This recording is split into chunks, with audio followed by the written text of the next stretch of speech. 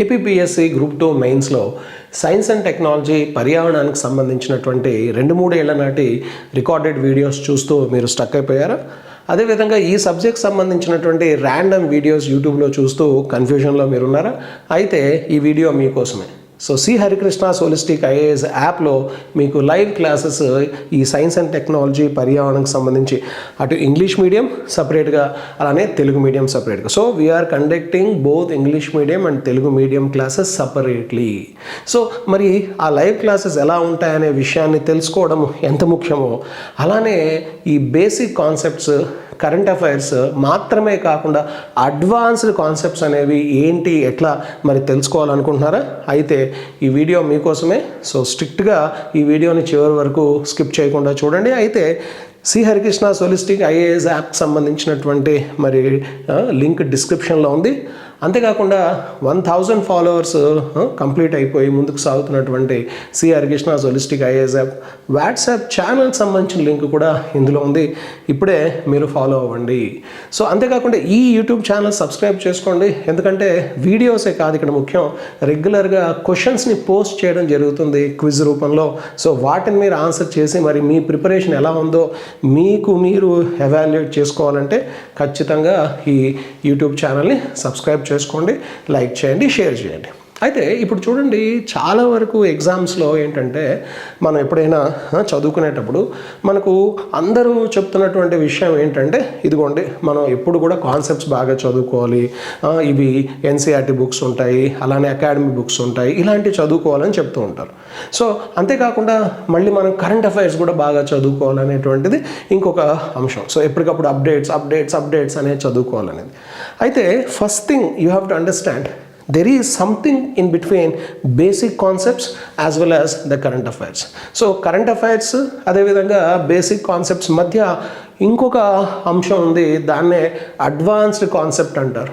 So దారుణమైనటువంటి విషయం ఏంటంటే చాలామంది అభ్యర్థులు ఈ అడ్వాన్స్డ్ ఇన్ఫర్మేషన్ని కరెంట్ అఫైర్స్గా చదువుకొని బేసిక్ కాన్సెప్ట్ కరెంట్ అఫైర్స్గా చదువుకొని వదిలేస్తున్నారు. కానీ ఈ అడ్వాన్స్డ్ ఏరియాస్ని ఫుల్ కాన్సెప్ట్గా చదవడం మర్చిపోతున్నారు. తద్వారా మరి భవిష్యత్తులో ఎగ్జామ్ ప్యాటర్న్స్ కూడా మనం క్వశ్చన్ ప్యాటర్న్స్ కూడా చూస్తూ ఇప్పుడు సంభవిస్తున్నటువంటి మార్పులు, ఎందుకంటే సైన్స్ అండ్ టెక్నాలజీ అలానే ఎన్విరాన్మెంట్ అనేది సాధారణ సబ్జెక్ట్స్ కాదు, ఇవి నిరంతరం డెవలప్మెంట్స్ వస్తున్నటువంటి సబ్జెక్ట్స్. వీటిలో చాలా అడ్వాన్స్డ్ కాన్సెప్ట్స్ వస్తాయి. వాటికి సంబంధించిన ఉదాహరణలు కూడా నేను ఈ వీడియోలో మీకు ఇస్తాను.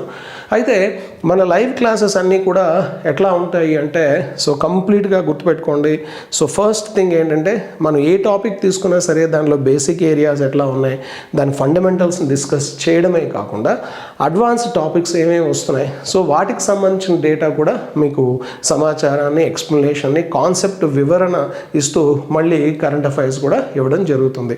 సో అంచేత ఈరోజు 5 to 6:15 తెలుగు మీడియం, అలానే 6:45 to 8 English medium classes live జరగబోతున్నాయి యాప్లో. వెంటనే మీరు యాప్ని డౌన్లోడ్ చేసుకోండి.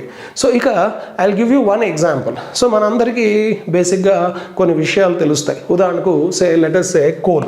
సో ఇండియా మరి కోల్ అనేది తీసుకుంటే it is back bone of India's energy, అంతే కదా. సో భారత మనకి ఏంటంటే శక్తి రంగానికి వెన్నెముక వంటిది బొగ్గు, నో డౌట్. అయితే ఆ బొగ్గుకు సంబంధించినటువంటి ప్రొడక్షన్ ఎట్లా ఉంది, తర్వాత ఇంపోర్ట్స్ ఎట్లా ఉన్నాయి, సో బొగ్గుకు సంబంధించినటువంటి మరి థర్మల్ పవర్ ఎట్లా ప్రొడ్యూస్ చేస్తున్నాం, ఇదంతా ఏంటంటే మనం కరెంట్ అఫైర్స్లో భాగంగా చదివేసుకుంటాం. అంతేకాకుండా బొగ్గు నుంచి అసలు బొగ్గు నిల్వలు ఎట్లా ఉన్నాయి భారతదేశంలో, తర్వాత ఎక్కడెక్కడ ఏ రాష్ట్రాల్లో ఉన్నాయి, so which states actually have these coal deposits. So this is basic concept. అలా కాకుండా coal based thermal power, so coal based thermal పవర్ని మనం ఎట్లా ప్రొడ్యూస్ చేస్తున్నాం, how do we basically produce coal based thermal power.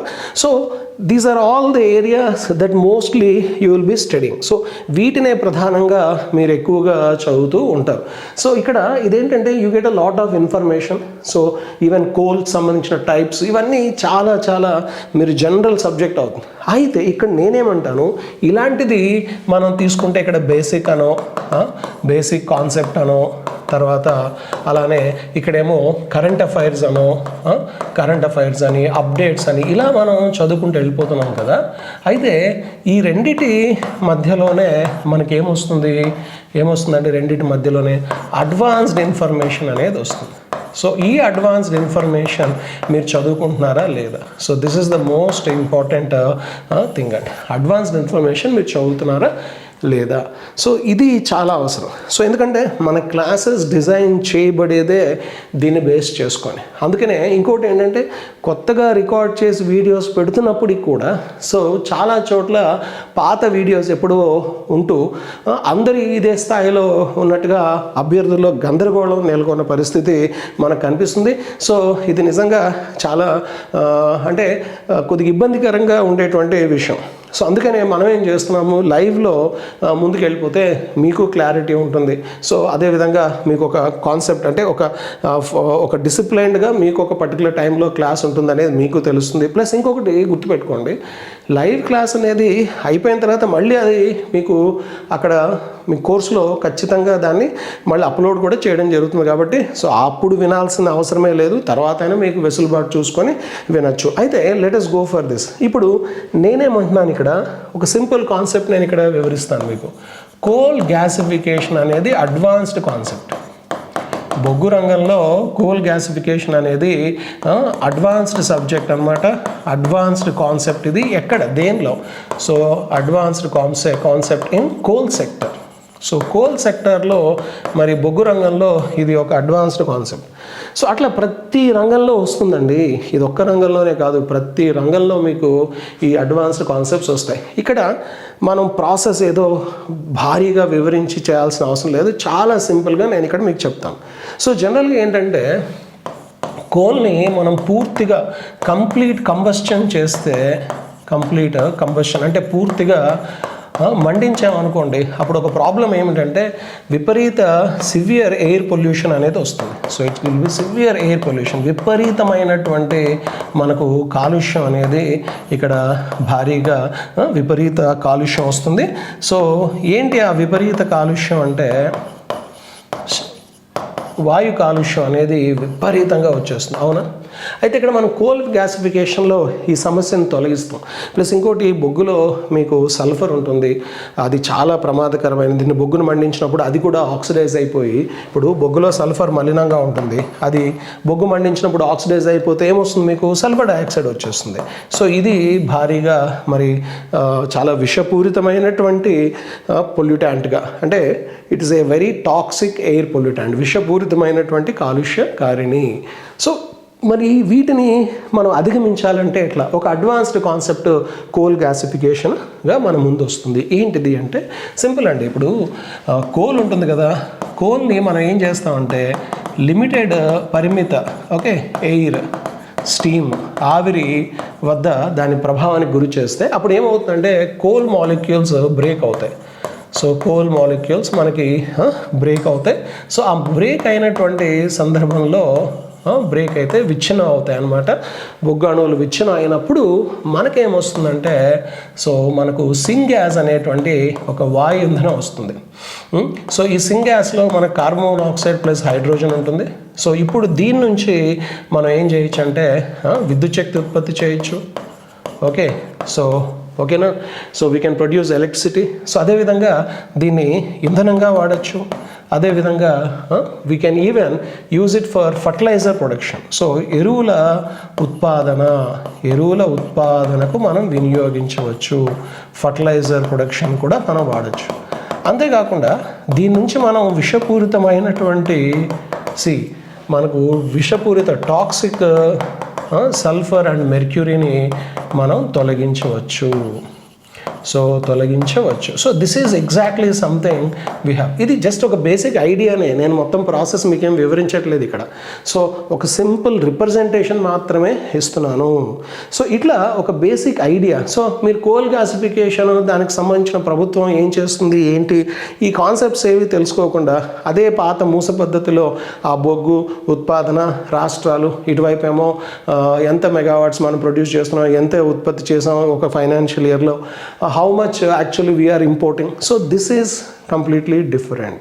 Similarly నేను ఇంకొక example కూడా మీకోసం తీసుకొచ్చాను. ఇక్కడ ఏంటంటే ఈరోజు అణుశక్తికి సంబంధించి భారీగా మనకు భారతీయ ప్రభుత్వం ముందుకు తీసుకెళ్ళిపోతుంది. ముఖ్యంగా మీరు చూడొచ్చు, ఇటీవల మనకి prototype fast breeder reactor criticality సాధించింది. అంటే ఒక సుస్థిర చైన్ రియాక్షన్ని అది ఇక సాధించింది.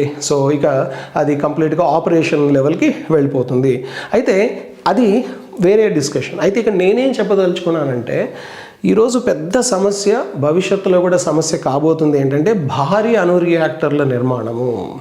సో అందుకనే ఈ భారీ అణు రియాక్టర్లకు సంబంధించిన ప్రాబ్లమ్స్ మనకు చాలా ఉన్నాయి. So there are so many problems associated with large reactors. So there are environmental factors, there are social factors, so and hazard issues are also there. But how to overcome them? So the International Atomic Energy Agency, is promoting even the use of small modular reactors. So మనకి small modular reactors అనే రియాక్టర్స్ని మరి వాడే విధంగా international atomic energy agency మనకు ప్రోత్సహిస్తోంది. So ఇప్పుడు చూడండి, గరిష్టంగా maximum మనకేంటంటే 300 మెగావాట్స్ ఆఫ్ ఎలక్ట్రికల్ అవుట్పుట్ సామర్థ్యం ఉన్నటువంటి రియాక్టర్స్ ఇవి, సామర్థ్యం ఉన్న reactors. So these are the reactors which have maximum of 300 megawatts capacity. So 300 megawatts capacity ఉన్నటువంటి సామర్థ్యం ఉన్నటువంటి రియాక్టర్స్. అయితే ఈ రియాక్టర్స్ ఒక కాన్సెప్ట్గా మనం తీసుకొస్తాము. సో అంటే మనం ఎంతసేపు మనకేంటి భారతదేశంలో మనకి ఏ రియాక్టర్స్ కనిపిస్తున్నాయి? Say for example, the first generation pressurized heavy water reactor, second ఏమో ఫాస్ట్ బ్రీడర్ రియాక్టర్, థర్డ్ ఏమో మీకు advanced heavy water reactor. So ఇప్పుడు భారత్ లాంటి దేశంకి ఇది ఎంతో అవసరం. ఎందుకంటే మారుమూల ప్రాంతాల్లో మనం ఏర్పాటు చేసేయచ్చు. So we can establish these in remote areas, very easy అనమాట, రిమోట్ ఏరియాస్. అలానే కస్టమ్ బిల్డింగ్ సాధ్యమవుతుంది. గుర్తుపెట్టుకోండి, మనం దీనికి సంబంధించినటువంటి పార్ట్స్ని ఎప్పటికప్పుడు సపరేట్గా ఉత్పత్తి చేసి తీసుకొచ్చి అక్కడికక్కడ అరేంజ్ చేయొచ్చు. ఫాస్ట్ అవుతుంది అన్నమాట.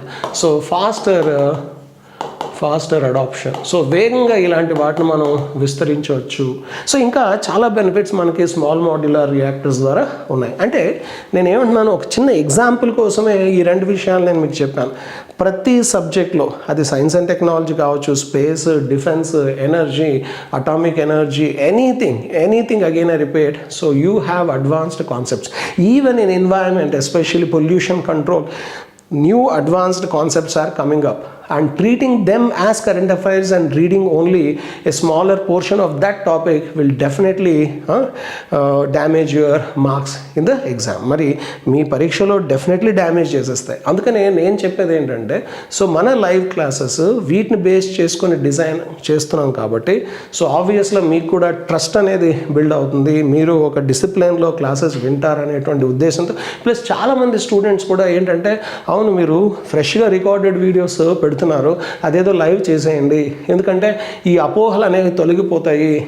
2-3 ఏళ్ల నాటి వీడియోస్ పెట్టేసి అందులో 5-10 మధ్యలో యాడ్ చేసేస్తే అది కాదు అని చాలామంది, మరి చాలా చోట్ల అలా జరుగుతుంది. కాబట్టి అలా మీరు రికార్డ్ చేస్తున్నారు ఫ్రెష్గా, అయినా సరే ఈ అనుమానాలు అందరికీ ఈ మధ్య కనిపిస్తున్నాయి. కాబట్టి బెటర్ సో మీరు లైవ్ చేయండి అని కొద్దిమంది విద్యార్థులు చెప్పడంతో, so I'm just going for live.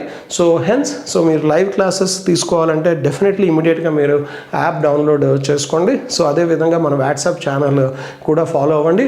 అదేవిధంగా ఈ యూట్యూబ్ ఛానల్ని మీరు సబ్స్క్రైబ్ చేసుకోండి. ఈ యూట్యూబ్ ఛానల్లో మీకు క్విజ్లో కూడా క్వశ్చన్స్ అడగడం జరుగుతుంది, అడిగాము, అది కూడా చూసి ఆన్సర్ చేయండి. ఓకేనండి. So thank you, all the best. We will definitely meet in the live classes.